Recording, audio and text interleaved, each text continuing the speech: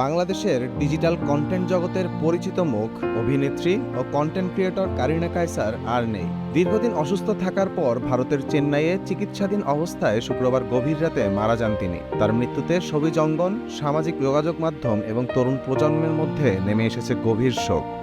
শুধুমাত্র একজন কন্টেন্ট ক্রিয়েটরই নন, তিনি ছিলেন সময়ের এক সাহসী কণ্ঠ। 2024 সালের জুলাই আন্দোলনের সময় সামাজিক যোগাযোগ মাধ্যমেও সরব ভূমিকা পালন করেন তিনি। আন্দোলনের পক্ষে ধারাবাহিকভাবে ক্যাম্পেইন চালিয়ে তরুণদের মাঝে ব্যাপক আলোচনায় আসেন। সহিংসতা, দমনপীড়ন ও সাধারণ শিক্ষার্থীদের ওপর হামলার বিরুদ্ধে প্রকাশ্যে অবস্থান নেওয়া ছিল তার স্পষ্টভাষী মনোভাবের বহিঃপ্রকাশ।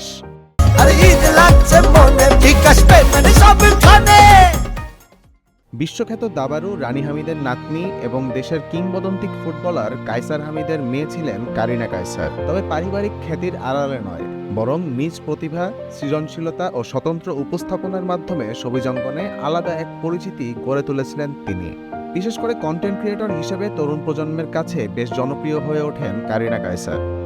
পারিবারিক সূত্রে জানা গেছে, প্রথমে জ্বর ও সংক্রমণে আক্রান্ত হন কারিনা। পরে হেপাটাইটিস জনিত জটিলতায় তার লিভার ফেলিওর দেখা দেয়। অবস্থার অবনতি হলে তাকে রাজধানীর একটি হাসপাতালে লাইফ সাপোর্টে নেওয়া হয়। এরপর উন্নত চিকিৎসার জন্য এয়ার অ্যাম্বুলেন্সে ভারতের ভেলোরের সিএমসি হাসপাতালে স্থানান্তর করা হয় তাকে। সেখানে তার লিভার ট্রান্সপ্ল্যান্টের প্রস্তুতিও চলছিল। কারিনার মৃত্যুর খবর ছড়িয়ে পড়তেই ছবিজঙ্গনের তারকা, নির্মাতা ও সহকর্মীরা সামাজিক যোগাযোগ মাধ্যমে শোক প্রকাশ করেন। অনেকেই তাকে একজন প্রাণবন্ত, সাহসী এবং মানবিক মানুষ হিসেবে স্মরণ করছেন। অন্তর্বর্তী সরকারের সংস্কৃতি বিষয়ক সাবেক উপদেষ্টা মোস্তফা সরোয়ার ফারুকী কারিনা কায়সারের মৃত্যুতে শোক প্রকাশ করেছেন। ফেসবুক পোস্টে স্মৃতিচারণ করে তিনি জানান, মানুষের পাশে দাঁড়ানোর প্রতিটি মুহূর্তে কারিনা ছিলেন সাহসী ও স্পষ্টভাষী। 36-24-36-এ একসঙ্গে কাজ করার স্মৃতি তুলে ধরে তিনি জানান, প্রথম পরিচয়েই কারিনা বিনয়ী আচরণে সবার মন জয় করেছিলেন। কাজের জায়গায় তার প্রাণবন্ত উপস্থিতি, রসবোধ ও আন্তরিকতা সবাইকে মুগ্ধ করত। সবশেষে কারিনার আত্মার মাগফিরাত কামনা করে তাকে সাহসী ও মানবিক একজন মানুষ হিসেবে স্মরণ করেন মোস্তফা সরোয়ার ফারুকী। এমনকি বিরোধী দলীয় চিফ হুইপ নাহিদ ইসলাম সহ জুলাই আন্দোলনের সামনের সারির যোদ্ধারাও কারিনা কায়সারের মৃত্যুতে গভীর শোক প্রকাশ করেছেন। তার মতো এমন নির্ভীক কণ্ঠস্বরের মৃত্যু গণতান্ত্রিক আকাঙ্ক্ষার জন্য অপূরণীয় ক্ষতি বলেও উল্লেখ করেন তার সহযোদ্ধারা।